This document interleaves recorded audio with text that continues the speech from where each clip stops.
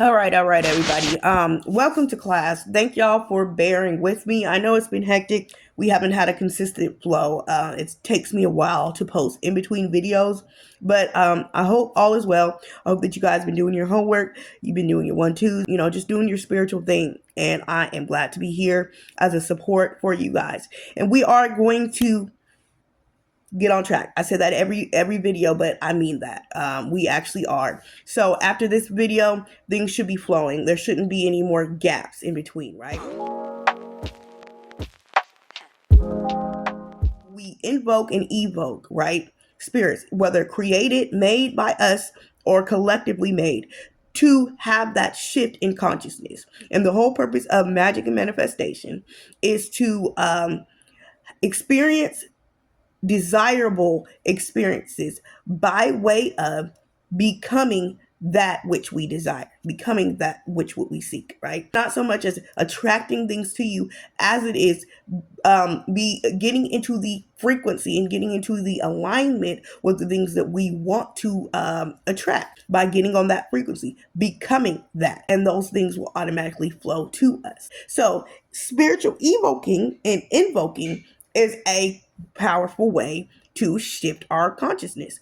Evoking being that spirit, bringing that spiritual entity, bringing that universal conscious idea into our vicinity, into our space, so that we can learn from it, so that we can begin to commune with it and connect with that thought or idea.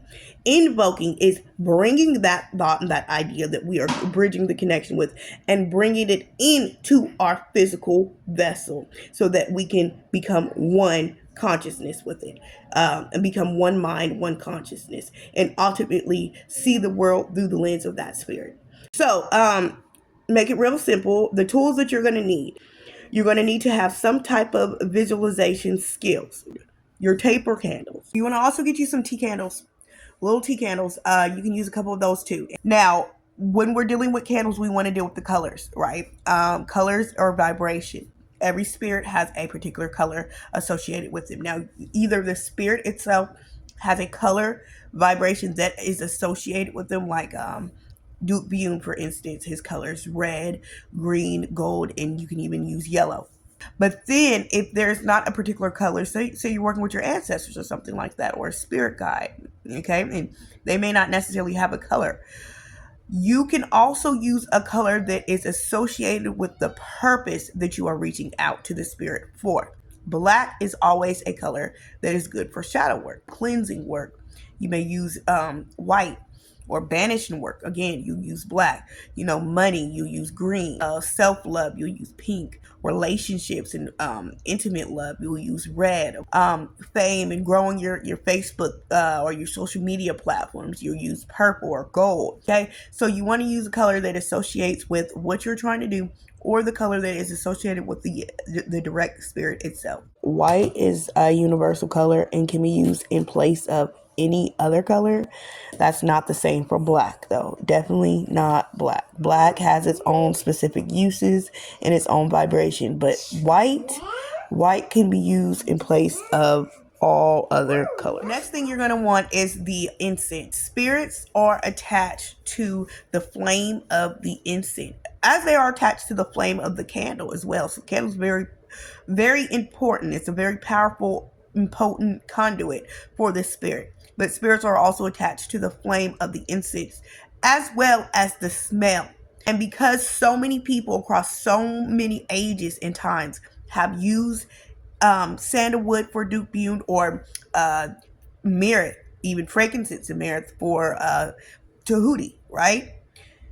Those spirits are associated with that scent, so it's familiar to them. So when you lighten that incense and you're calling on to this spirit, it senses those smells, those aromas, and it will link to that. It will go attach itself to that, and it will attach itself to the flame, to the actual flame of the candle, and also to the smoke of the incense, which charges your ritual space even more. And then that candle and that flame is also used as the flame of the incense is also used as an offering as well. So it's used in your ritual space to bring forth the spirit, to connect with the spirit, but it is also used as an offering to the spirit as well. The third thing you're going to need is if the spirit has a certain sigil or seal. The sigil or seal is the certain image that is used to associate with the spirit. I have created content around how to make sigils, and I'll do another video on that. But unless it is a spirit that you are creating yourself, you would make your your own sigil for, then it already has one already made. You can also use an image that associates with them.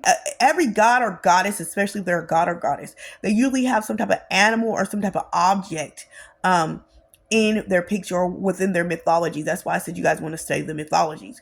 So there's always something that associates with them. So you could use that as well. You can either print out a picture of it, draw it, or make it. Now, if you want to add at this point little tea candles, you can add those little tea candles around the sigil or the seal or around the image or whatever on your altar just to amplify the energy. So you'll have your colored candles, your tapered candles that associates with the spirit itself.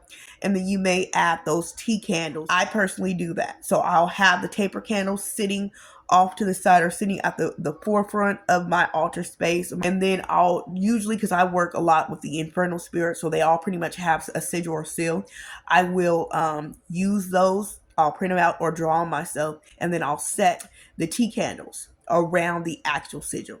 So that flame, that fire could be igniting and could be imbuing that sigil with the essence and the energy. If there is a particular number associated with the entity that you're working with, then you can use that number of candles. If the number is 26, you don't have to use 26 candles, but you may use a set of 2 and a set of 6. Maybe 2 taper candles and then 6 tea candles, okay? The key is to try to use as many correspondence as we can to bridge that connection.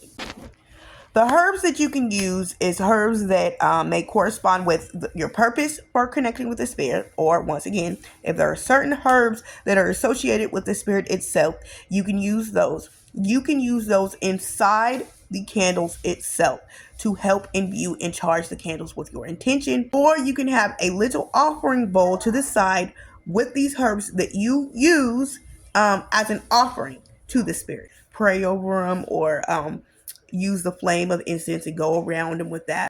Pretty much just cleansing them, setting an intention over them. You want to awaken the herbs that you use so that they can do what you set out, what they're set out to do. Candies, chocolate, wine, alcohol, tobacco, you can't go wrong with it. Whiskey or rum, anything, bourbon, any type of liquor.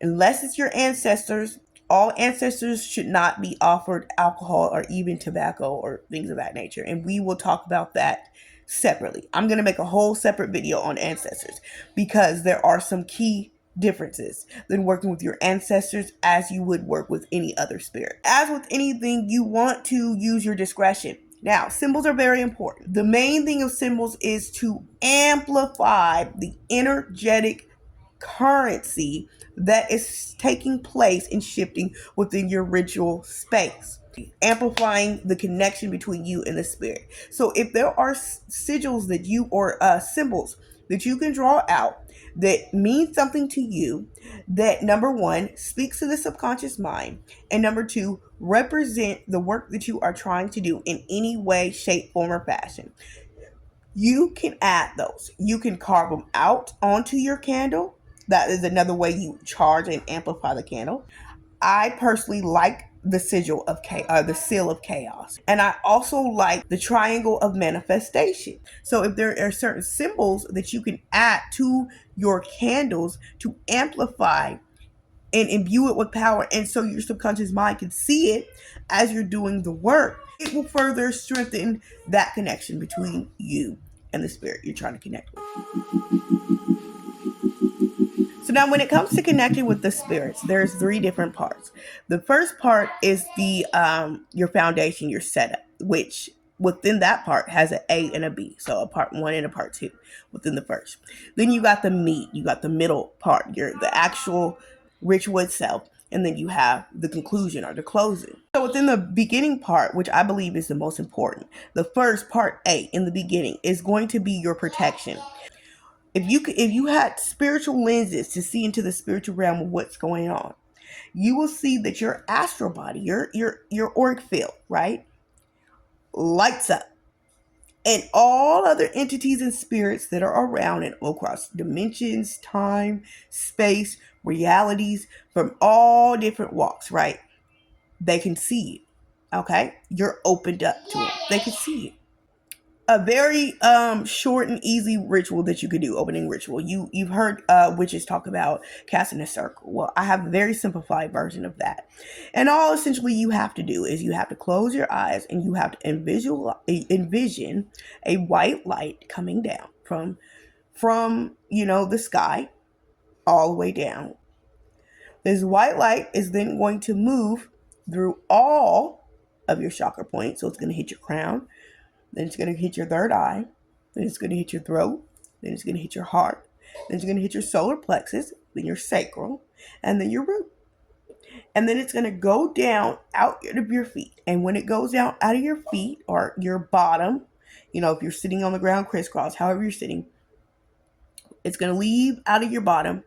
And then it's going to form a circle around you. It's going to form a circle around you, right? And then you're going to see that it's going to go around you a couple times with that circle. But it's going to get brighter and brighter every time. So you're going to see a long line through your chakras of that bright light. And then you're going to see it coming out of your bottom and forming a circle around you. From that circle, it's going to come up its essence and form like a sphere and cover your whole being with that light. So now you are in this light, this encampment of light. And from there, you're going to call on your spirit guides, your guardian angels, archangels. We'll do a video talking about the specific ways with the angels because there's a specific way you do it.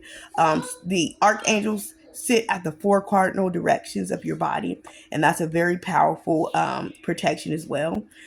There's also the lesser banishing ritual of the pentagram. I advise everybody to learn, but this is just something that you can do really quick before you know all that. Go through your chakras, then go around you, and then you call on your spirit guides, your angels, your higher self, guardians, and your ancestors to protect you. And then you say that you don't want nothing else to come in your circle other than the spirit that you're calling on. So the second part of part 1 is the grounding. It's getting yourself prepared to make contact with the entity. And what you're going to start doing is you're going to start doing your box breath. Box breathing is very easy. You're blowing in through your nose to the count of 4. After you breathe into the count of 4, you hold for the count of 4. Then you breathe out to the count of 4. And if you're able to, you hold again to the count of 4. But if you're not, you just breathe up again to the count of 4, hold to the count of 4, breathe out to the count of 4. If you're able to, hold again to the count of 4, then breathe in to the count of 4.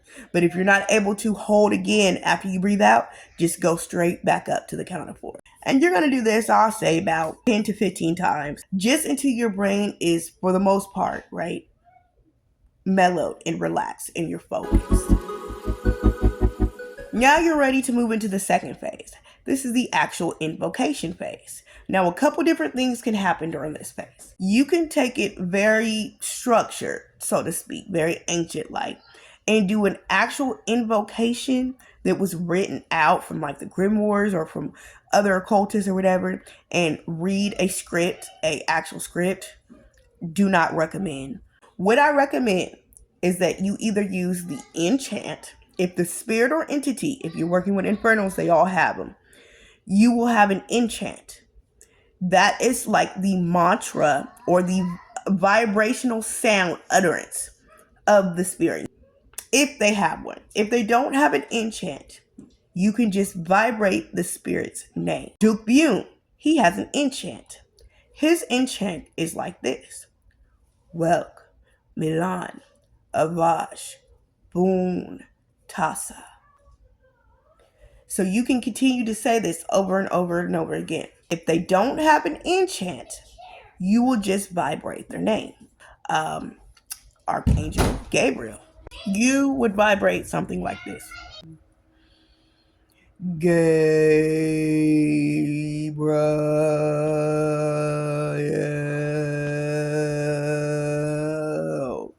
Or Michael. Michael.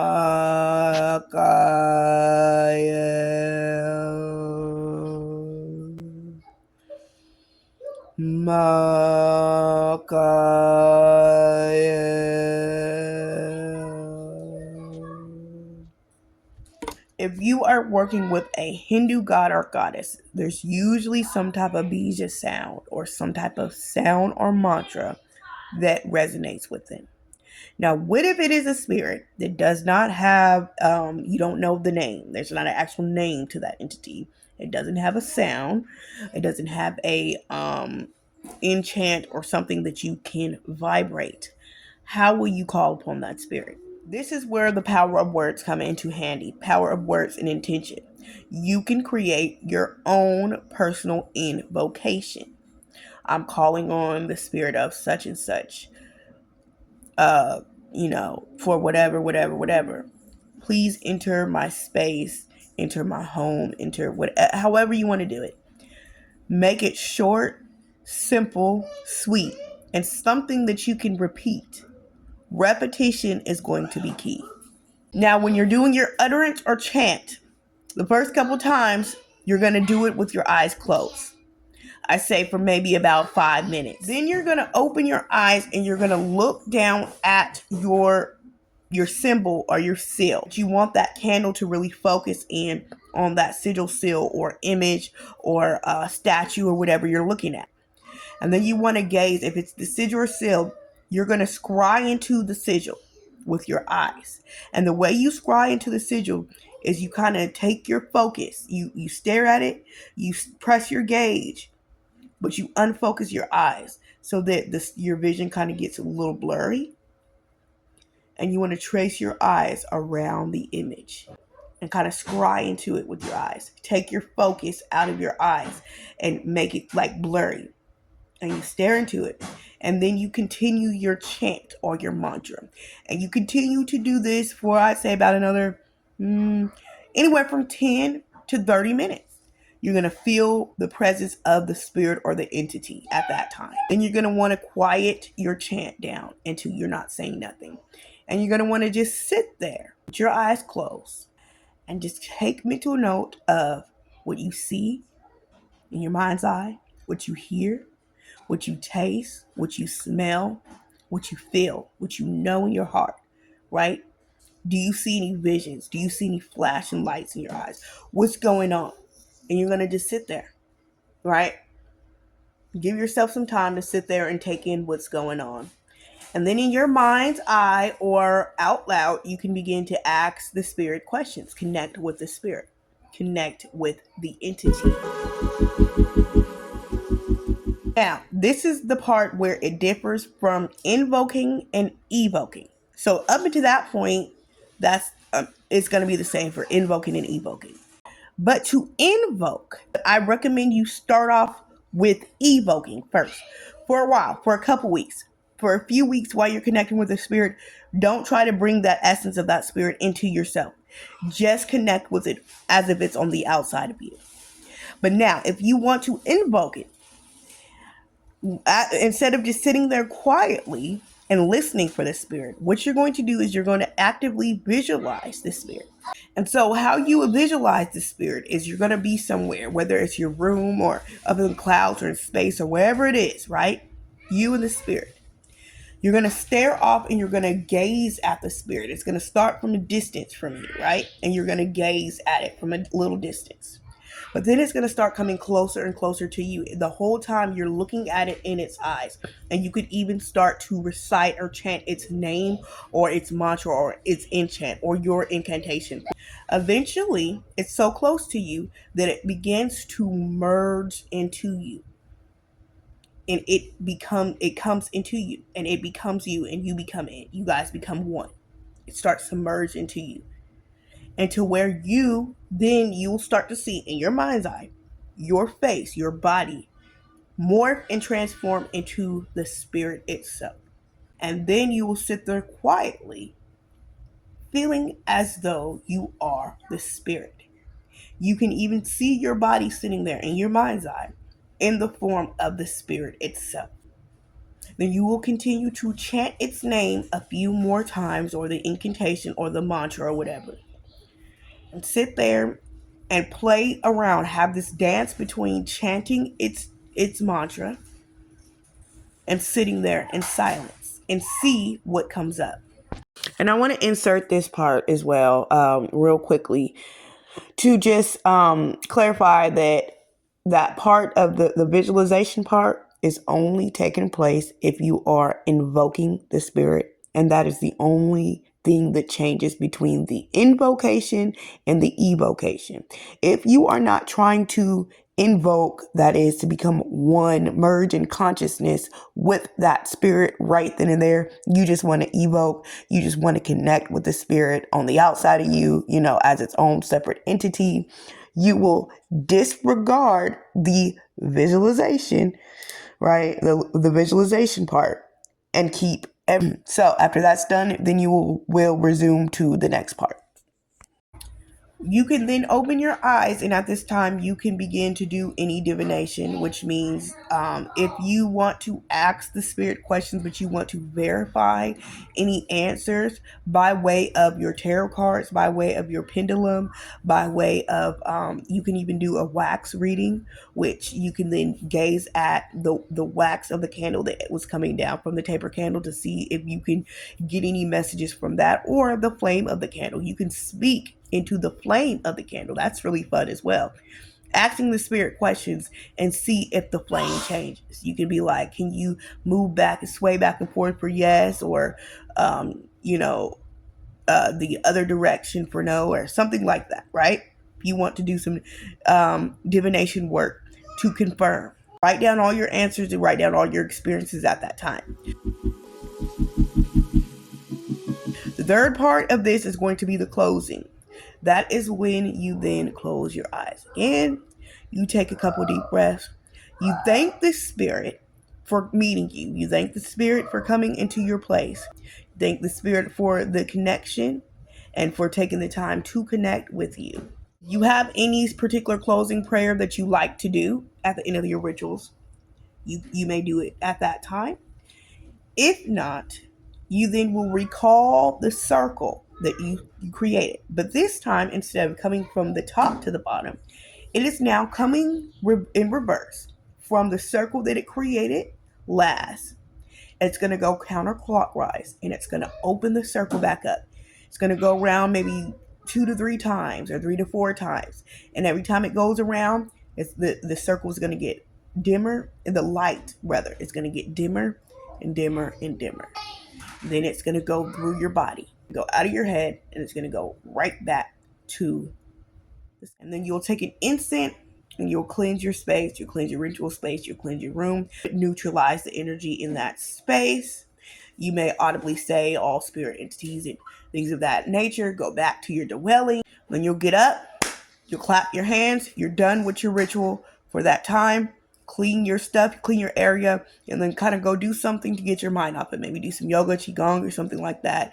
Maybe a walk, meditation, exercise. Maybe you eat something good to kind of just ground you and get you back into normal life. Now, of course, the first couple times that you do this, you may not get a whole lot of activity, especially if this is something new to you and you are not very prone to energy and spirit.